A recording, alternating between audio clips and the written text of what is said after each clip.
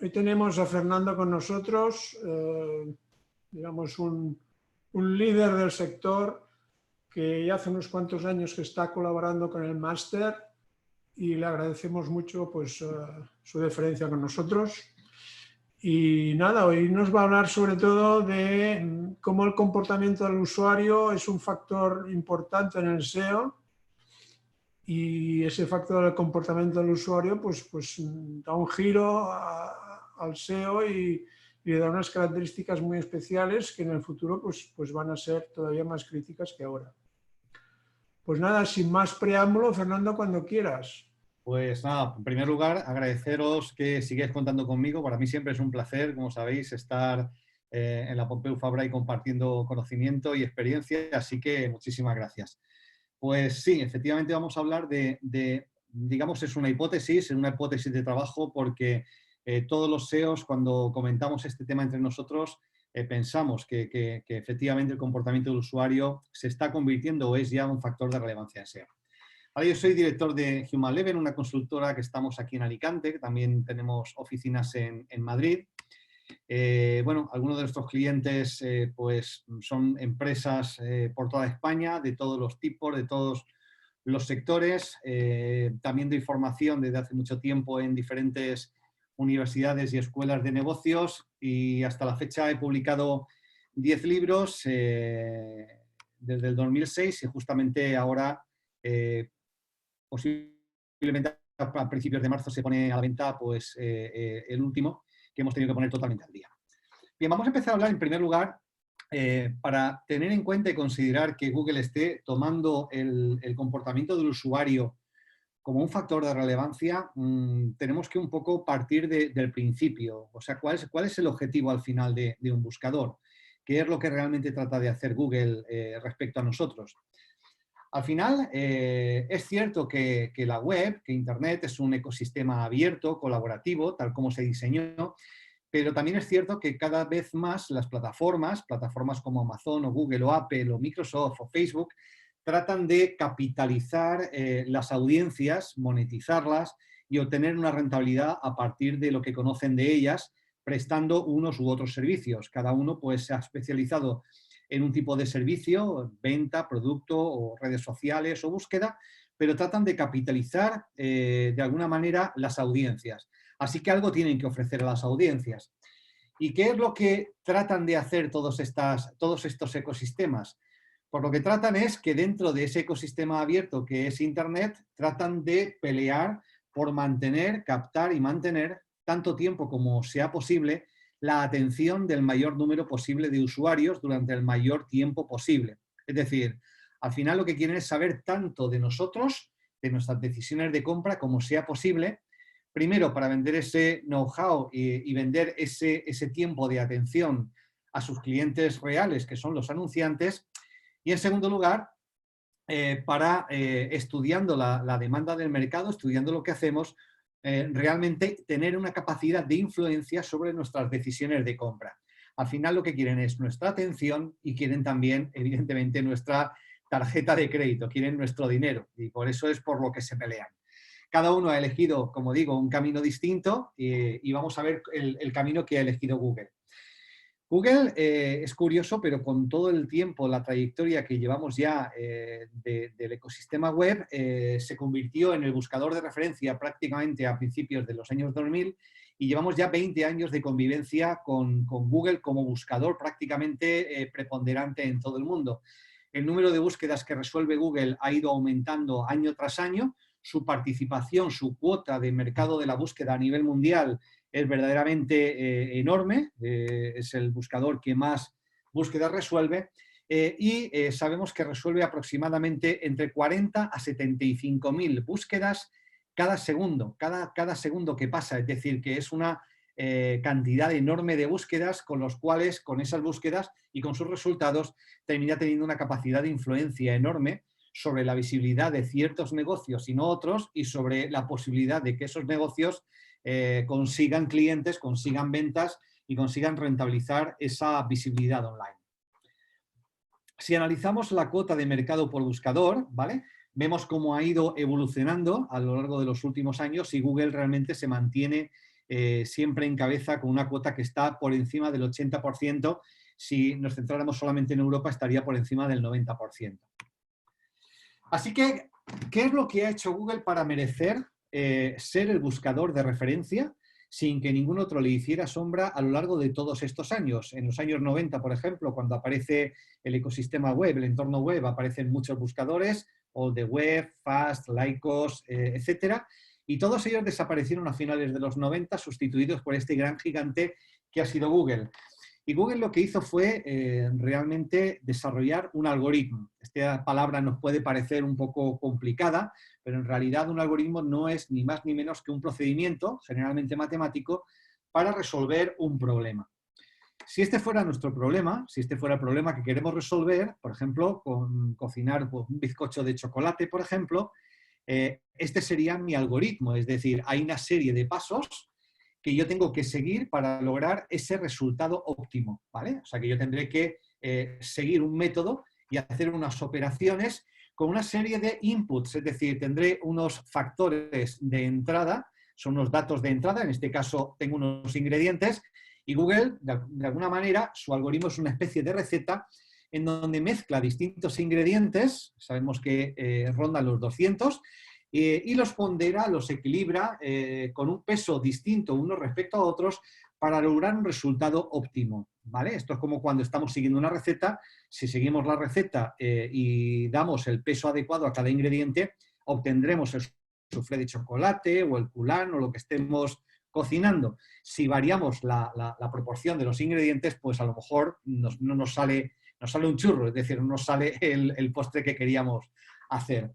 Así que todo va de mezcla de ingredientes y ponderación, es decir, peso relativo de unos ingredientes respecto a otros. Y en este caso, el algoritmo de Google es un algoritmo que se ha demostrado que es dinámico, es decir, evoluciona con el tiempo y además es flexible. En primer lugar, ha tratado de llegar a unas proporciones ajustadas de esos 200 factores de relevancia para llegar a un resultado óptimo, y después ha sido capaz incluso de afinar todavía más ese resultado óptimo en función de ciertas peculiaridades del contexto de búsqueda, etc. Así que, trasladando esta metáfora de la receta culinaria al algoritmo de Google, ¿cuáles son esos ingredientes del algoritmo? ¿Qué es lo que Google trata de combinar para llegar a un resultado óptimo? Entendiendo por resultado óptimo, pues el devolver el resultado que hubiera sido capaz de elegir un humano como el mejor posible para una búsqueda si hubiera tenido la posibilidad de revisar todos los resultados posibles, algo que obviamente es imposible en la realidad. Pues Google se fija en ciertos aspectos, o tradicionalmente se ha fijado en ciertos aspectos, como por ejemplo el título de la página, la dirección, la URL o el identificador único del recurso, cómo está organizado ese sitio web, es decir, cómo está construido su menú, su navegación, los enlaces y cómo se enlazan los contenidos unos con otros, con qué palabras, con qué textos de anclaje. También cómo se estructuran esos contenidos a nivel de página, qué estructura semántica tienen y por qué los encabezamientos avanzan de alguna manera la idea central del siguiente bloque de contenido y qué relación guardan esos contenidos unos con otros. Para contenidos no directamente indexables o rastreables, como por ejemplo las imágenes, Google se ha fijado en los contenidos alternativos de texto. Y por último, ha leído todo el contenido de texto de una página, los enlaces, y trata con todo ello de llegar a una solución óptima, que es la de hacerse una idea o calificar la calidad de ese contenido y en qué medida un contenido concreto serviría a las necesidades de un usuario. De modo que podemos referirnos a estos factores como los factores de relevancia, digamos, tradicionales o clásicos de Google. El típico contiene la palabra clave aparece antes en el contenido. Para búsquedas complejas, formadas por más de una palabra, están todas las palabras de la búsqueda, o se mantiene cercanía, se mantiene el mismo orden, ¿vale? También aparece la palabra clave y aparecen otras palabras relacionadas con su campo semántico y estas se repiten más que otras. O la palabra clave aparece en áreas que denominamos prominentes, áreas que le dan mayor peso dentro del cálculo de relevancia, negritas, títulos, encabezamientos, ¿vale?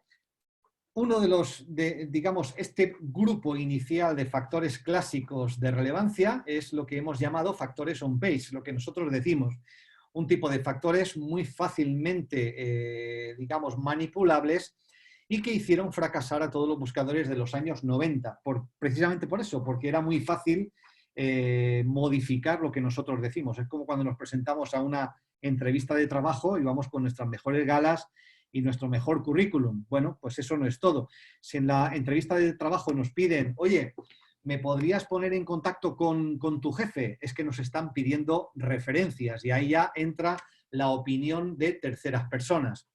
Google trasladó el modelo académico de fijarse en qué autores son los más citados por su ámbito de conocimiento, trasladó este modelo al modelo web a través de la medición de los enlaces. Y entonces su patente de PageRank lo que decía era un contenido tiene mayor calidad, mayor autoridad si recibe más enlaces y esos enlaces tienen ciertas características de calidad. Por ejemplo, venir de sitios temáticamente coincidentes, venir de sitios que especialmente son una referencia en su campo de temático, ser citados siempre de una forma coherente en sitios también donde se guarda una cierta relación temática, tener menciones en redes sociales, tener recomendaciones. Esto es lo que los demás dicen de nosotros, es decir, los factores off-page. Y con los factores on-page y los factores off-page, Google prácticamente, digamos, ha transitado desde su creación en 2000, a finales de los 90, pero ya en el inicio de los 2000, hasta finales del 2010. Y en la nueva década, en la última década, de 2010 a 2020, ha ido refinando estos factores y aprendiendo. Así que tendríamos por una parte ese equilibrio entre factores on-page, con sobre todo conceptos como densidad de palabra clave, presencia de la palabra clave en ciertas áreas prominentes de la página, y factores off-page, es decir, enlaces desde sitios de autoridad, cantidad, calidad de enlaces y enlaces con ciertas palabras como texto de enlace. Pero bueno, en esta nueva década hemos pasado a refinar eso. ¿Y por qué pensamos que Google ha ido enriqueciendo todas esas señales con señales nuevas? Creemos que lo ha hecho porque al fin y al cabo todas esas señales, tanto las on-page en primer lugar como las off-page en segundo lugar, son manipulables. Al fin y al cabo, por ejemplo, cuando entramos en un sitio como en El Tenedor o como en TripAdvisor a buscar opiniones sobre un restaurante, sabemos, todos somos conscientes de que parte de esas opiniones en realidad están sesgadas. Es probable que hayan sido dejadas o por un competidor o por un cliente que ha tenido una mala experiencia, o simplemente que hayan sido dejadas por el propio establecimiento y que haya dejado muchas opiniones positivas. Porque los enlaces, al fin y al cabo, son una señal indirecta de la calidad de un sitio web. Pero aquí la sospecha es, ¿no podría o no tendría Google hoy en día la capacidad de medir realmente de una forma directa la calidad de un sitio web? Porque si ya no descansa en esa señal indirecta, ¿realmente de dónde podría venir esa señal directa de la calidad de un sitio web? Evidentemente, la señal directa solamente la puede obtener de un sitio y es de los propios usuarios. Google inició o empezó a estudiar un poco el comportamiento de los usuarios a través de aspectos muy ingenuos. En primer lugar, teniendo en cuenta y mejorando los resultados de búsqueda a partir del contexto de esa búsqueda. Por ejemplo, empezó a aprender de nosotros con cosas tan sencillas como que si un usuario hace una búsqueda y llega a unos resultados que no le satisfacen, lo que normalmente hace ese usuario a continuación es refinar la búsqueda, es decir, introduce algún concepto adicional para especificar un poquito mejor aquello que le interesa. Y Google devuelve un resultado que en este caso quizás sí ha acertado. Si esto ocurre una vez, no va a haber ninguna influencia sobre ese resultado final, pero evidentemente, ¿qué pensáis que ocurre si estadísticamente mucha gente repite este mismo comportamiento? Pues que al final Google terminará aprendiendo que cuando un usuario busca A, en realidad estaba queriendo llegar a la página de resultados que antes hubiera presentado para la búsqueda refinada B. Y termina entendiendo, va poco a poco comprendiendo cuál es la necesidad real que hay detrás de una intención de búsqueda y cómo esa necesidad se traduce en, digamos, una variedad de palabras clave, una variedad de consultas con las cuales los usuarios simplemente están traduciendo una necesidad que es común a todos ellos. Así que a través de este estudio, Google poco a poco ha ido aprendiendo. Google también aprende porque hoy en día prácticamente la mayoría de sus usuarios estamos o mantenemos sesión abierta en Google, estamos logueados permanentemente. Si entramos, y si no lo habéis hecho antes, os animo a que lo hagáis, si entráis en vuestro panel de control de Google, podréis ver que allí encontráis todas las búsquedas que habéis hecho a lo largo de vuestra vida, perfectamente registradas, cuándo las hicisteis, dónde hicisteis clic y en el caso de una búsqueda que se ha refinado, incluso cómo la refinasteis. Evidentemente esto construye por una parte un historial de búsqueda que genera de alguna manera una persona específica que somos cada uno de nosotros para Google, pero también la explotación a nivel estadístico de estos datos genera un conocimiento. El conocimiento de que cuando un usuario en España busca tal palabra, en realidad se refiere a este otro concepto y Google va construyendo esa identidad entre conceptos. Google también fue afinando ese conocimiento del contexto a partir de que creció el incremento del acceso a la web y del planteamiento de búsquedas desde terminales móviles. Si hoy en nuestro panel de control entramos en el historial de ubicaciones, vais a comprobar que Google guarda todas nuestras trayectorias que hacemos diariamente. Para muchos de vosotros habrá sido alguna vez una sorpresa que Google os haya dicho, oye, tenéis 20 minutos hasta casa, tráfico despejado en estos momentos. ¿Cómo demonios sabe Google que me quedan 20 minutos para salir? Bueno, pues lo sabe porque evidentemente se guarda un historial de lo que hacemos cada día y en este caso, que yo había estado en Madrid, ese día dando formación, sabía en qué hotel me había quedado, a qué hora había salido, un trayecto de un paseo que hice a pie por el centro de Madrid, es decir, sabía día a día y hora a hora dónde he estado, qué hago y, evidentemente, cuando hay un patrón que se repite cada día, es cuando es capaz de anticipar, oye, que te quedan 20 minutos solamente para ir a casa, porque sabe que cuando estoy en mi lugar de trabajo habitual, mi hora de salida habitual también es esa y sabe que me puede avisar sobre cómo está el tráfico.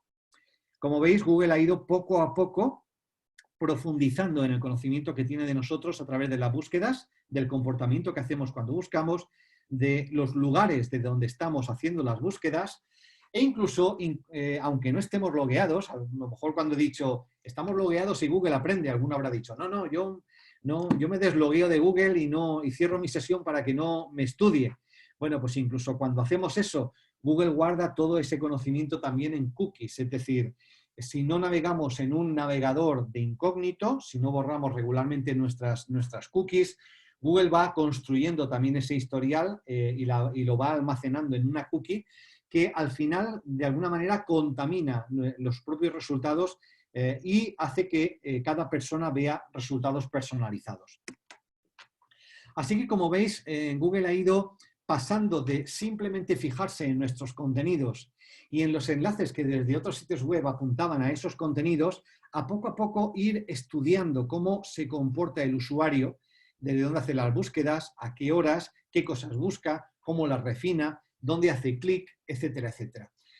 Como os digo, el algoritmo de Google ha ido desarrollándose y ha ido convirtiéndose en algo flexible y en evolución constante.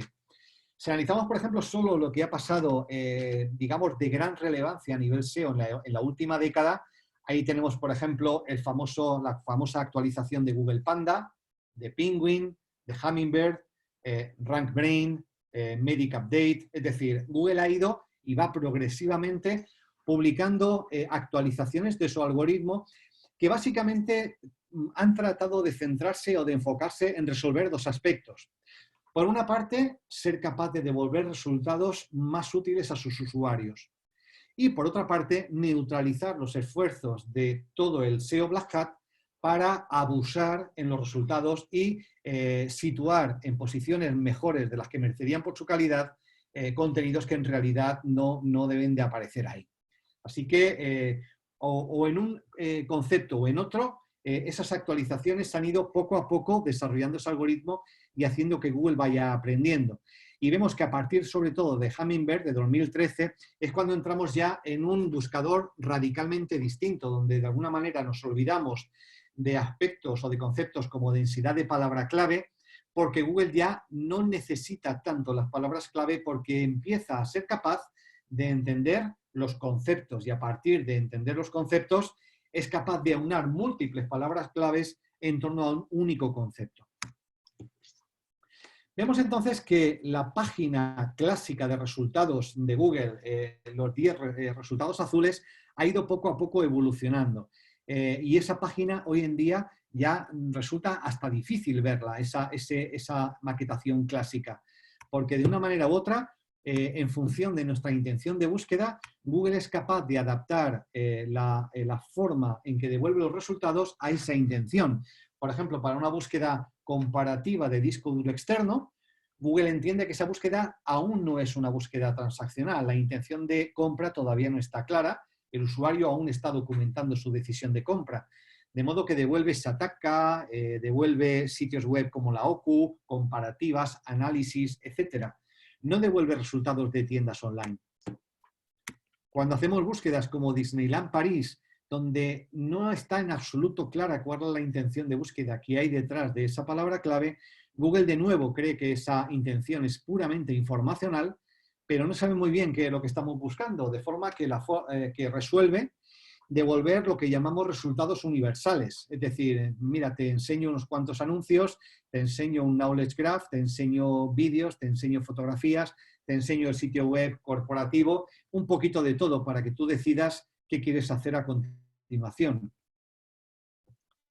En cambio, si la búsqueda denota claramente una intención transaccional, precio, oferta, comprar, etcétera, Google es capaz de entender inmediatamente que los contenidos que deben de aparecer en primer lugar son contenidos de tiendas online y cambia radicalmente su maquetación para darle prioridad a los resultados de shopping, resultados de tiendas, etcétera, etcétera. Así que vemos que Google es capaz de funcionar de una manera muy flexible y de adaptarse a la intención de búsqueda. Pero bueno, todavía hemos ido un paso más allá, porque a finales de 2011 los buscadores se pusieron de acuerdo para publicar Schema.org, es decir, iniciando ese camino hacia convertirse en buscadores auténticamente semánticos, lo que propusieron con Schema fue, oye, necesito que por encima de esa capa de maquetación que habéis trazado con el código HTML, necesito que haya una capa semántica donde yo pueda identificar lo que es cada concepto. Y desde entonces no ha hecho más que pedirnos a los que gestionamos sitios web que apliquemos el marcado de datos estructurados para darle mayor facilidad a la hora de entender nuestro contenido. Y esto que parecía muy prometedor en un principio, después, como veremos, en parte se ha vuelto en contra nuestra. Porque hoy en día Google es capaz de entender, scrapear o extraer, como queráis llamar, datos de múltiples sitios web cuando sabe que hay una relación clara entre ellos. Es decir, Google, cuando hacemos una búsqueda como Sagrada Familia, perfectamente identifica que ahí hay una entidad. Y esa entidad guarda una serie de relaciones, tiene un grafo de relaciones con otras entidades. Y esas otras entidades, la relación que guarda, incluso tienen una relación de sujeto a predicado y viene avalada por una fuente de referencia que respalda la autenticidad de esa relación. Y de esa manera es capaz de construir ese cuadro de Knowledge Graph donde reúne un montón de datos dispersos de una manera muy significativa para el usuario. Y aquí es cuando empezamos a darnos cuenta de que Google iba a usar todo el marcado de datos estructurados de nuestros sitios web para empezar a construir sus propios resultados, sin necesidad de contar con terceras partes. Vemos que Google hoy en día es capaz de devolver respuestas directas cuando, por ejemplo, le pedimos la definición de un concepto. Es capaz de darnos una respuesta a algo tan sencillo como qué tiempo hace, sin decirle ni dónde ni cuándo. Es decir, él sabe, analiza el contexto, sabe perfectamente desde dónde estamos haciendo esa búsqueda y es capaz de devolver un resultado contextualmente coherente. Cuando hacemos una búsqueda genérica desde un teléfono móvil, cada vez más los resultados son geolocalizados. Si hay algún aspecto local que valga la pena resaltar, Google es capaz de adaptar su algoritmo y darle darle mayor peso, en este caso, a la cercanía del resultado respecto al punto desde donde se está haciendo la búsqueda.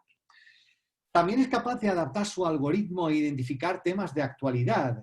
Así que para algo de actualidad, como el juicio del proceso en un momento dado, es capaz de sacar las noticias más recientes y presentarlas en primer lugar. También es capaz de entender e identificar cuál es el contenido que mejor servicio está dando a sus usuarios a través de los resultados destacados. Y aquí parece que Google es capaz de poner en competencia varios resultados distintos y al final decidir quién es el que merece ganar ese resultado destacado porque está generando mayor o mejor satisfacción al usuario. Luego, ¿de dónde está extrayendo Google todos estos datos?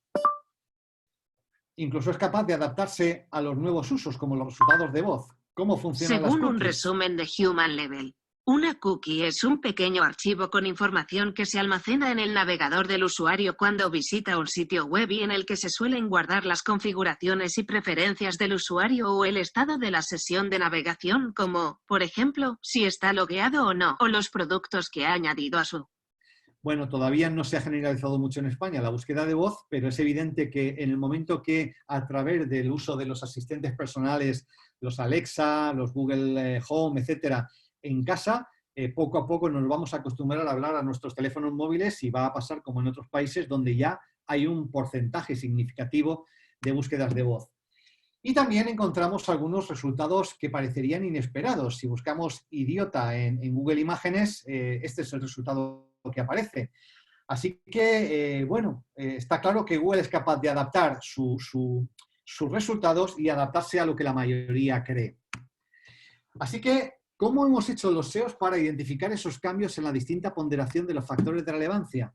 Tradicionalmente, algunas consultoras potentes, como por ejemplo Moz, han tratado de editar, en algunos casos anualmente, en otros casos cada 2 años, estudios de correlación. Es decir, lanzaban millones de búsquedas en Google y trataban de establecer cuál era digamos, los factores comunes que tenían, digamos, compartidos los sitios web que se posicionaban mejor. Así que se trataba de establecer una correlación. Oye, los sitios web que tienen una longitud de título entre este carácter y este carácter, en general se posicionan mejor que los que son más cortos o más largos. O los sitios web que reciben mucho tráfico directo, como en este estudio de SEMrush, son los que mejor se posicionan. Es decir, que son estudios de correlación, pero claro, la correlación no es una relación causa-efecto, son cosas que pasan simultáneamente, pero no necesariamente significa que una es consecuencia de la otra. De lo contrario, un extraterrestre pensaría que con abrir un paraguas en la Tierra simplemente hacemos llover. No, abrimos el paraguas cuando llueve, porque aquí la causa es la lluvia y la consecuencia es el abrir el paraguas. La correlación no es causa-efecto. De modo que hemos tratado de identificar cómo evoluciona Google, pero llegados a estas alturas tendremos que preguntarnos, ¿y si hubiera ingredientes nuevos en el algoritmo? Manipulation of search results. I think it's important to talk about how search works. Right now, if you Google the word idiot under images, a picture of Donald Trump comes up. I just did that. How would that happen? How does search work so that that would occur? We provide search today for any time you type in a keyword. We, as Google, we've gone out and crawled and stored copies of billions of web pages in our index. And we take the keyword and match it against web pages and rank them based on over 200 signals. Things like relevance, freshness, popularity, how other people are using it. And based on that, at any given time, we try to rank and find the best results for that query. And then we evaluate them with external raters to make sure that, and they evaluate it to objective guidelines. And that's how we make sure the process is working. So it's not some little man sitting behind the curtain figuring out what we're going to show the user. It's basically a compilation of what users are generating and trying to sort through that information. Es Sundar Pichai, ¿vale? El CEO de Google, y está diciendo que bueno, es un trabajo hecho a escala y dice cosas muy interesantes. Primero, que manejan 200 factores de relevancia aproximadamente. En segundo lugar, que lo que hacen es confrontar también ese algoritmo con calificadores externos humanos de calidad de los resultados. Y yo en varias charlas he conocido a 3 o 4 personas que trabajan en casa realizando esas búsquedas. Aquí tenéis, por ejemplo, una oferta de trabajo de ese tipo. Hacen esas búsquedas y de acuerdo a directrices que desde hace unos años Google publica, lamentablemente solamente en inglés, pero ahí tenéis el enlace para descargarlo, califican en qué medida los resultados que ha devuelto Google para esa búsqueda hubieran satisfecho su necesidad. Es decir, los algoritmos pueden desarrollar sesgos y Google lo que hace es confrontar ese algoritmo con, digamos, unos datos de entrada donde se confrontan y se comprueba si cada cambio, cada evolución está sirviendo para funcionar mejor. Danny Sullivan, desde hace un tiempo trabajando para Google, ¿vale? Antes fue SEO, comenta, ¿quieres hacer un gran cambio para optimizar? Ten gran contenido. Sí, la misma respuesta aburrida de siempre. Pero si quieres saber lo que es el gran contenido, léete nuestras 200 páginas de las directrices de los calificadores de calidad. ¿De acuerdo? Pero eso es todo. Solamente, digamos, los calificadores y la evolución del algoritmo. Y aquí la cuestión es, si el feedback del usuario estuviera ganando peso, ¿de dónde podría estar saliendo este feedback del usuario? Se nos ocurren varios sitios distintos o varias estrategias diferentes. En primer lugar, el papel de RankBrain, en donde Google dice que está refinando los resultados basado en la interacción de los usuarios y el aprendizaje automático, ¿vale? Así que poco a poco Google va aprendiendo. Gary Illyes, uno de los ingenieros de Google, dice que no tiene nada que ver con el tiempo que la gente pasa en la página de resultados o dónde hace clic, que no es algo que tenga que ver con todo eso, que era una de las hipótesis de Rand Fishkin, pero lo cierto es que Google va entendiendo por cada vez más nuestro contenido, por ejemplo, aplicando Natural Language Processing, NLP, y Natural Language Understanding. Podéis entrar en esta página y ver cómo hace el análisis sintáctico perfecto de una frase y sabe entender que, por ejemplo, Fernando Macía es una persona, reconoce aquí la entidad, sabe que Human Level es, en este caso, una localización, simplemente porque aparece en el mapa donde yo estoy, sabe que hay cosas que son libros, sabe lo que es una organización SEO, es decir, va entendiendo entidades y la relación entre ellas. Pero también es posible que esté usando ese feedback que está llegando de los calificadores de calidad de alguna manera como datos de entrada, datos de entrenamiento de su algoritmo. Es decir, se plantea para el algoritmo unos objetivos de éxito, que es tener un cierto resultado en esa calificación de calidad, se pasa por los calificadores de calidad y en función de que digan que está bien o que está mal, ese algoritmo poco a poco va aprendiendo. Los datos de esas directrices de calidad que tiene Google se han plasmado en unos playbooks que también están publicados y que de alguna manera se traspasan esas directrices a sitios web de distintos sectores. Y es interesante ver lo que considera Google que caracteriza a un sitio de calidad en cada uno de los sectores, ¿vale?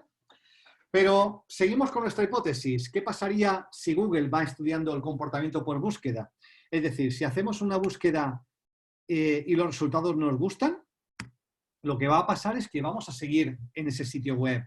Google sabemos que rastrea cuando hacemos una búsqueda y sabemos que también rastrea dónde hemos hecho clic. Una vez desaparecemos y empezamos a navegar en el sitio web a donde hemos ido, si ya no volvemos a los resultados, probablemente quiere decir que el resultado ha satisfecho nuestra necesidad. Así que Google extraerá la conclusión, si eso se da estadísticamente de una manera significativa, que para esa búsqueda ese resultado era un resultado que realmente merecía estar posicionado mejor. Por el contrario, si hacemos una búsqueda y el resultado no nos gusta, lo que tradicionalmente hacemos es tirar hacia atrás, volver a los resultados y hacer clic en un resultado distinto. ¿Cuál es la conclusión que extraerá si este comportamiento se repite estadísticamente? Que ese primer resultado que aparecía para esa búsqueda en realidad nos satisface la necesidad de los usuarios que vuelven hacia atrás y hacen clic en otro. Así que quizá ese otro debería estar mejor posicionado. Así que los resultados poco a poco van cayendo. Bueno, esto es una hipótesis y vemos que se comprueba con cosas como esta. Mirad, aquí estamos buscando la palabra euro en google.co.uk, en Gran Bretaña, ¿vale? Posicionados además en Gran Bretaña con una IP británica. Y vemos que todos los resultados de la página, absolutamente todos, tienen que ver con la divisa, la moneda, el cambio de moneda de una moneda a otra. En cambio, si repetimos la búsqueda, ¿vale? De nuevo en Gran Bretaña, pero solamente en un rango de fechas determinado, ¿vale? Ponemos un rango de fechas muy concreto, ¿de acuerdo? Lanzamos de nuevo la búsqueda y revisamos si aparecen partidos de fútbol. ¿Qué es lo que ha pasado? La búsqueda es la misma, el buscador es el mismo, es una búsqueda hecha en incógnito, lo único que ha cambiado es la intención de búsqueda. Mientras se juega la Eurocopa, en Gran Bretaña la Eurocopa la llaman euro y la gente que busca euro está buscando información sobre la Eurocopa. Así que termina buscando quizá en páginas más abajo, cuando ya aparece información de la Eurocopa, y Google va de alguna manera sacando esos resultados fuera. Así que vemos que Google es capaz de entender que hay una búsqueda que va ganando actualidad porque crece de una manera abrupta y que los usuarios hacen clic en tipos de resultados distintos. Y eso hace que esos resultados se posicionen por delante de otros que durante el resto del año dominan claramente esa página. También otras búsquedas significativas. GAFASMO, en principio, como veis, no denota ninguna intención de búsqueda ni de gafas de sol ni de gafas graduadas. Si hacemos las búsquedas en enero, aparece gafas graduadas en primer lugar. Si hacemos las búsquedas en pleno verano, aparecen gafas de sol compitiendo con el resto de las búsquedas. Es decir, que parece que Google percibe para la misma búsqueda una necesidad distinta en una época del año o en otra época del año o en unas fechas o en otras. Así que está claro que Google está extrayendo esa información de algún sitio. ¿De dónde podría estar extrayéndola? Pues podría estar extrayéndola simplemente rastreando dónde está el usuario buscando y dónde está haciendo clic. Podría estar también midiendo el tiempo hasta la interacción del usuario. Hacemos una búsqueda, el usuario le presentamos la página y cuánto tiempo pasa hasta que el usuario se da cuenta que aquí aparece la palabra rebajas, envío y devolución gratis y prefiere hacer clic ahí en lugar del sitio web oficial de Pura López. También podría ser. También podría Google medir, por ejemplo, el nivel de scroll vertical. Hacemos una búsqueda y Google puede comprobar que el usuario no tiene muy claro dónde hacer clic, está explorando la página, va hacia arriba y hacia abajo. La conclusión es, ninguno de estos resultados quizá era un buen resultado. Y por otro lado, también tenemos que ser conscientes de algo adicional, y es que independientemente de que Google reciba esas búsquedas y tenga la oportunidad de analizar nuestro comportamiento en la propia página de resultados, lo cierto es también que el porcentaje o la cuota de uso de Google Chrome, su navegador, en el conjunto de la población es altísimo también.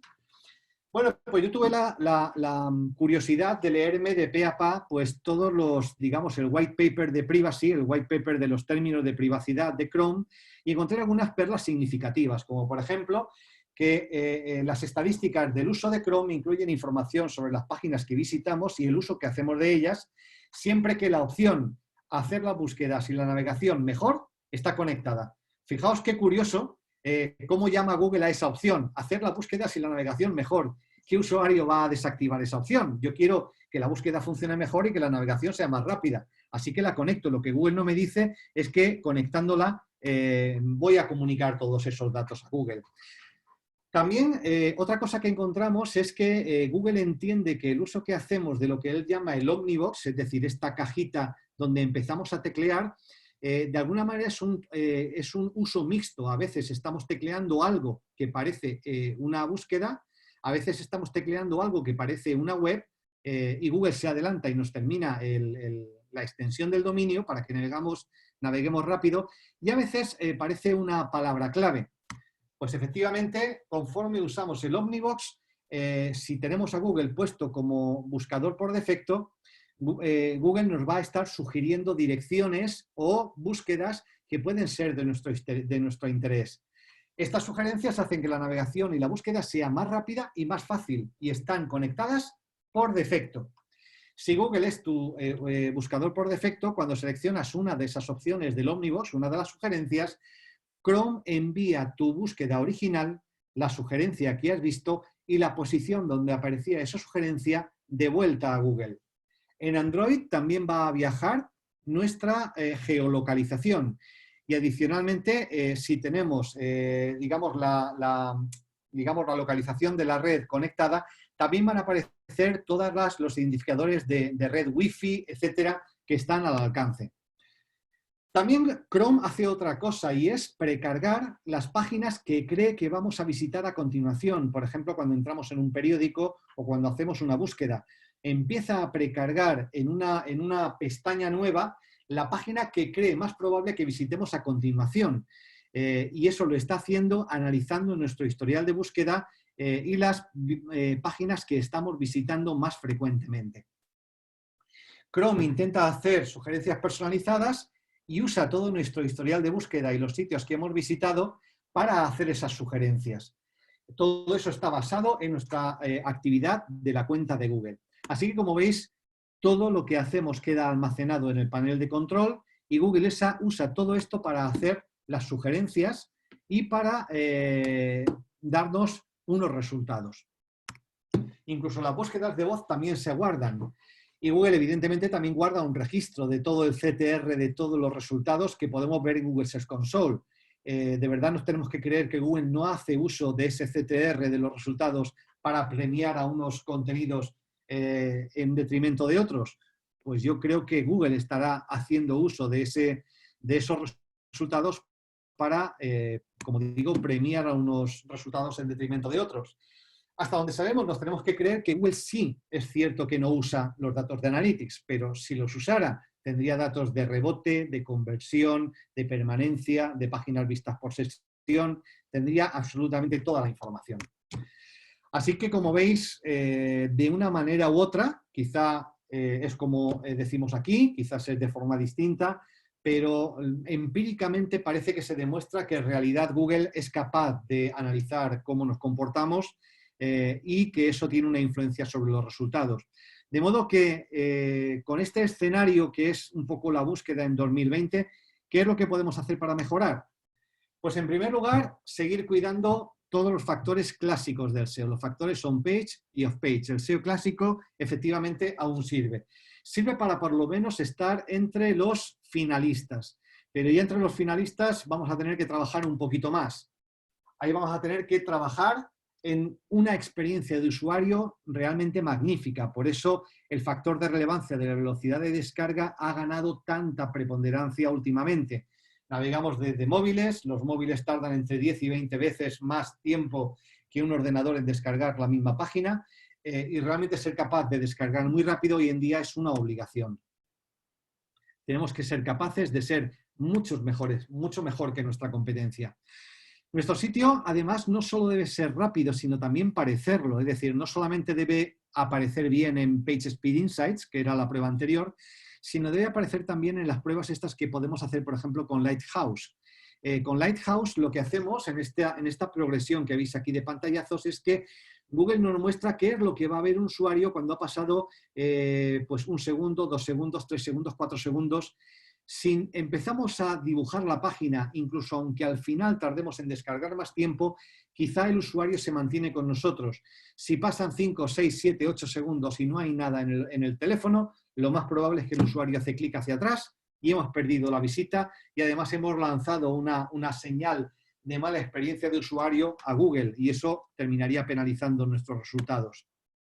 Tenemos que orientar nuestras páginas al engagement. Tiene que quedar clarísimo en cuanto el usuario termina por qué razón debería quedarse ahí, qué es lo que hay ahí para él.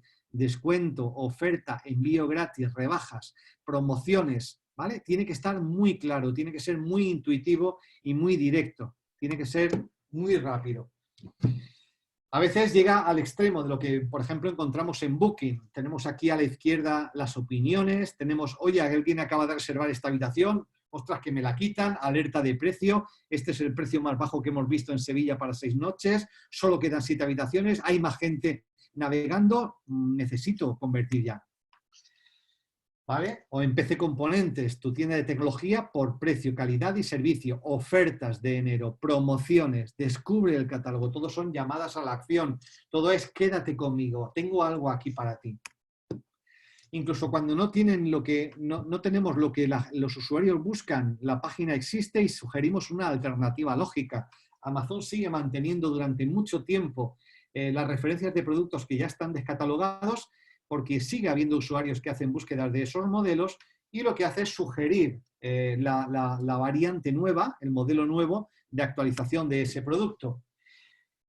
Leroy Merlin trata de aportar valor antes, durante y después de la compra para generar fidelidad. No solamente te despacho lo que quieres comprarme, las herramientas, los materiales, sino que te doy ideas y consejos de cómo decorar la casa. Te doy ideas de inspiración, te digo cómo hacerlo. Tienes guías para usar todo lo que puedes comprar aquí. Y si no te lo puedo ofrecer yo, te creo una comunidad donde otros usuarios te pueden ayudar, pero sin salir de mi ecosistema. No hace falta que te vayas a un blog donde yo puedo perder esa visita y donde te puedes terminar yendo por un enlace de afiliación a comprar el producto a otro sitio, sino que yo trato de satisfacer todas tus necesidades informacionales antes de madurar tu decisión de compra. Debemos orientar también los titles y descripciones a la captación del clic, rebajas, envío y devolución gratis, outlet. Es decir, tenemos que tratar de captar la atención y competir también en la propia página de resultados para lograr un mayor CTR que le esté diciendo a Google. Cuando la gente busca rebajas Pura López, este es el resultado donde la gente prefiere hacer clic. Luego ese debería aparecer por encima. Y después, en la landing page, donde el usuario aterriza, evidentemente ofrecer lo que hemos prometido en el propio resultado, que quede muy claro y que no realmente generemos una frustración porque no obedezca al motivo por el cual nos ha visitado. Implementar marcado de datos estructurados para lograr rich snippets, para lograr resultados enriquecidos con valoraciones, con votaciones, con reseñas e incluso lograr los resultados destacados. Es decir, por ejemplo, durante el tiempo que hemos estado apareciendo aquí hemos tenido CTRs cercanos al 80%. Eso quiere decir que de toda la gente que hacía búsquedas relacionadas con cookies, el 80% hemos logrado que llegue a nuestro sitio web. Google está justamente en estas últimas semanas haciendo muchas pruebas con los feature snippets, pero bien trabajados y bien gestionados, en lugar de bajar el CTR, pueden lograr realmente CTRs estratosféricos. Por ahí podemos lograr CTR muy altos y hacer que el CTR promedio realmente aumente en nuestro sitio web. También con ese comportamiento podemos lograr colarnos en el historial de los clientes para ser parte de esas sugerencias que Google presenta aquí en el Omnibox. Si somos una de las sugerencias, tendremos también mayor probabilidad de ser el resultado elegido antes de que el usuario prefiera hacer la búsqueda directamente en el campo. Debemos evitar los errores, es decir, la experiencia de usuario debe ser magnífica e incluso cuando damos errores tiene que ser también estupenda, es decir, que el usuario no quiera irse. Y tenemos que lograr que las páginas de error en Google Search Console se mantengan a cero, que todas sean funcionales, que todas sean válidas y que, ya os digo, incluso las que den error, propongan una idea al usuario de por qué debería quedarse con nosotros.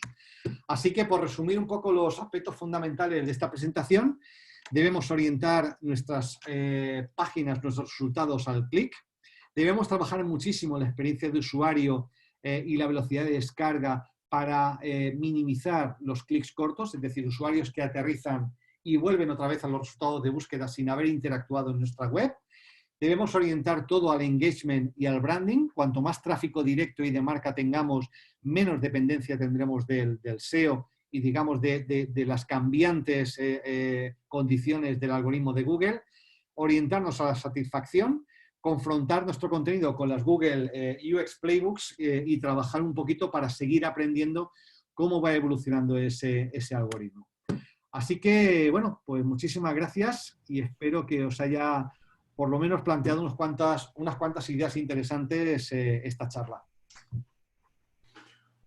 Muchas gracias, Fernando. Si tenéis alguna pregunta, ahora es el momento.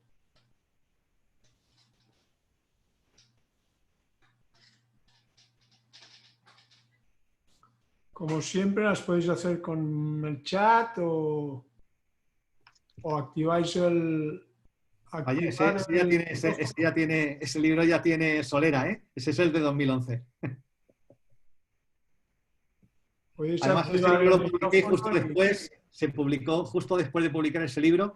Yo acababa de entregar todo el material a la editorial y ya iba a entrar en imprenta, y justo fue, por eso me acuerdo perfectamente del año, cuando apareció la publicación de esquema.org, la publicación de todo el marcado de datos estructurados, que por semanas se quedó fuera de ese libro.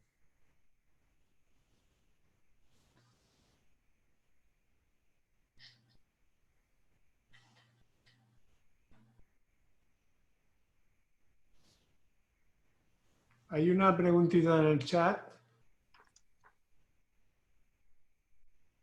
de María Soler.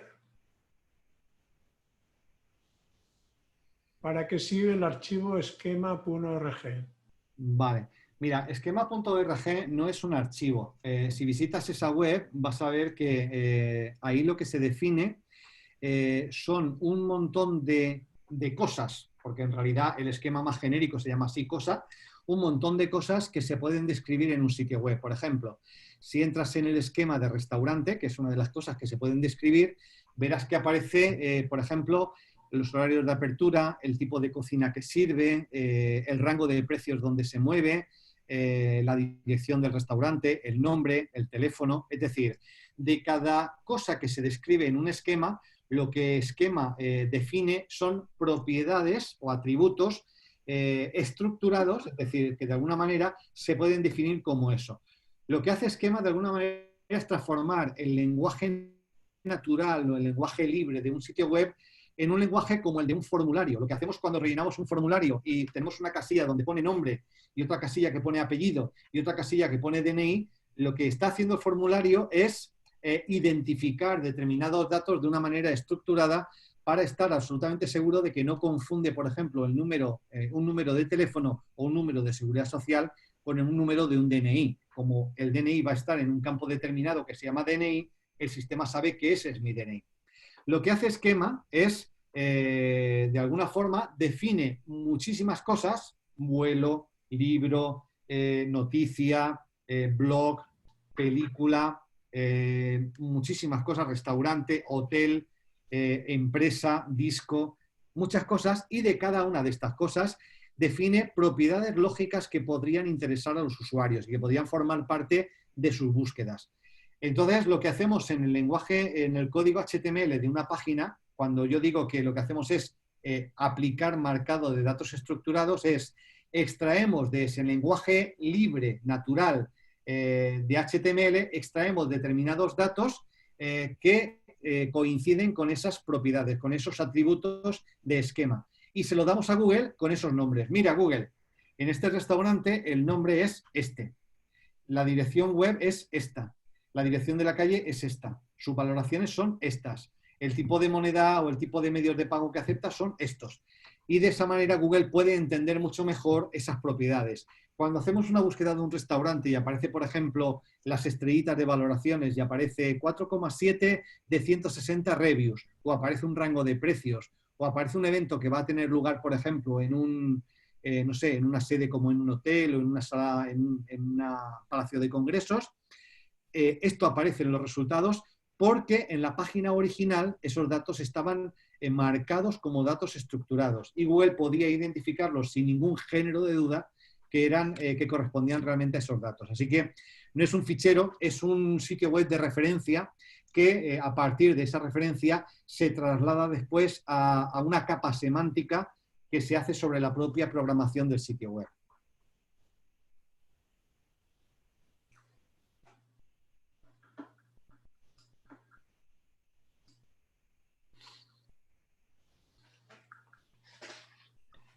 ¿Dónde los pondríamos? ¿En las etiquetas HTML o en metadatos? No, en realidad hay tres formas distintas de poner los datos de esquema. digamos, la primitiva o la que primero se generalizó a partir del año 2011 eran los microdatos. Se llaman microdatos, no metadatos. Los microdatos se ven muy bien, se leen muy bien. Si entras en esquema.org, de muchos esquemas, vas a ver que el primer ejemplo que propone es el de microdatos. Si quieres, te lo enseño. Estás viendo mi pantalla todavía, ¿verdad? Sí. Vale, pues quizá te lo puedo enseñar aquí si salgo de la presentación. A ver. Vale. Puedo abrir aquí una... Mira, esto es esquema. ¿Ves mi pantalla de esquema? Sí. Vale, aquí están los esquemas. Estos son todos los esquemas definidos. Y aquí tenemos una página donde están todos. ¿Vale? Ves que el más genérico es cosa, que es el que yo había dicho, y después hay un montón de cosas. Si quiero encontrar uno, simplemente hago una búsqueda y busco restaurante, ¿vale? Y aquí tengo restaurante. Si entro en restaurante, aquí veo todas las cosas que puedo definir. Que acepta reservas, que tiene un menú, los tipos de cocina que sirve, la valoración. Y aquí a la derecha me está diciendo qué tipo de dato está esperando encontrar. En algunos casos el dato tiene que ser un valor booleano, o sí o no, por ejemplo, y en otros casos podría ser una URL o un texto, ¿vale?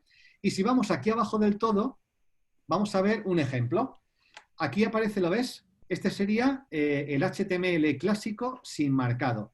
Es un restaurante que se llama Great Food, que tiene una valoración de 4 estrellas basada en 250 opiniones, que está en esta calle, en esta ciudad, en California, con este código postal y con este número de teléfono. Esto un humano entiende que son estos datos, pero un robot no lo entiende. Así que, ¿qué le damos al robot? Al robot le damos esto. Esto parece mucho lío, pero fíjate qué fácil se entiende. Aquí le decimos al robot, mira, robot, vamos a usar el esquema de un restaurante. Así que Google ya sabe que vamos a referirnos a propiedades del esquema de restaurante. Y una de esas propiedades es nombre. Así que sabe que lo que viene a continuación, Great Food, es el nombre de ¿qué? Del restaurante. Otra propiedad es Aggregate Rating, es decir, la valoración.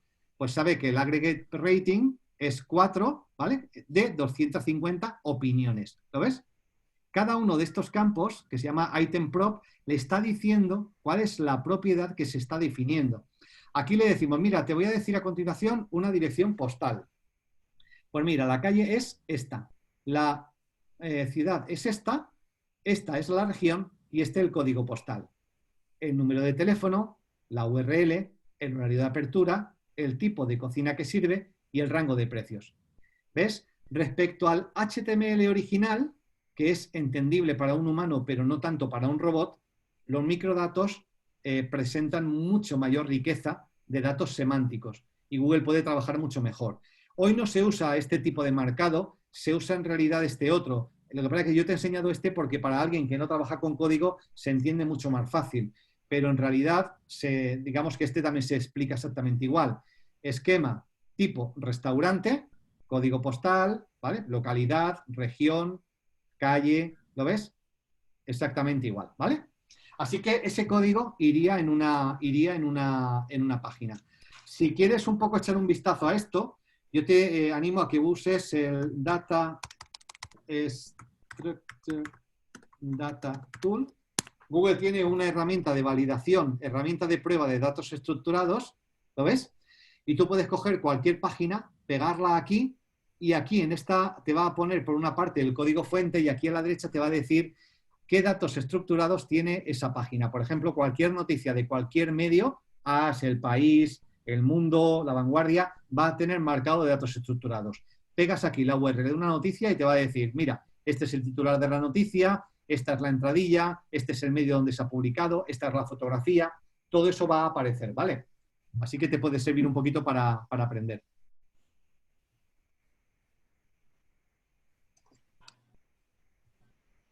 ¿Alguna pregunta más?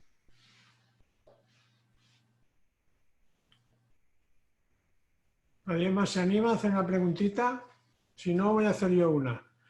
Fernando, estaba pensando ahora con todo esto del análisis del comportamiento del usuario, me imagino que cuando tengamos el 5G, las posibilidades de Google para, en fin, para saber lo que estamos haciendo y tener más datos y además tenerlas al momento se multiplicarán. Yo creo que sí. De hecho, hoy en día ya con Google o con Facebook, pero los buscadores, simplemente la publicidad que vemos, a nosotros nos pasa continuamente estar hablando de algo que no tiene nada, que nunca hemos hecho una búsqueda, y a las pocas horas que aparezca un anuncio que tiene que ver exactamente, o que recibamos un email, un spam, con un tema que nunca habíamos recibido un spam, y aparece. Entonces, vamos, sabemos que, por ejemplo, con los asistentes virtuales o con la interfaz de voz, Google está permanentemente escuchando. Igual que si yo digo, OK Siri, oye Siri, y el teléfono se va a activar. Así que sabemos que ellos están escuchando. Sabemos que además lo han confesado, que estaban pasando fragmentos de grabaciones de conversaciones a personas para refinar sus procesos de, digamos, de comprensión del lenguaje oral. Vamos, lo que nos espera va a ser una sociedad del control máximo, si no hacemos algo, no sé. Muy bien. Pues muchas gracias, Fernando. Ha sido fantástica, como siempre, esta visión general, también ordenada, también explicada, con lenguaje tan fácil de entender. Y agradecerte, pues, en fin, tu participación en el máster. Y para todos los demás, pues ya sabéis, un pequeño resumen y seguimos ahí al pie del cañón si tenéis cualquier duda, tutoría pedagógica. Muy bien, Gracias, pues muchísimas Fernando. gracias. Venga, Adiós, hasta luego, buenas noches.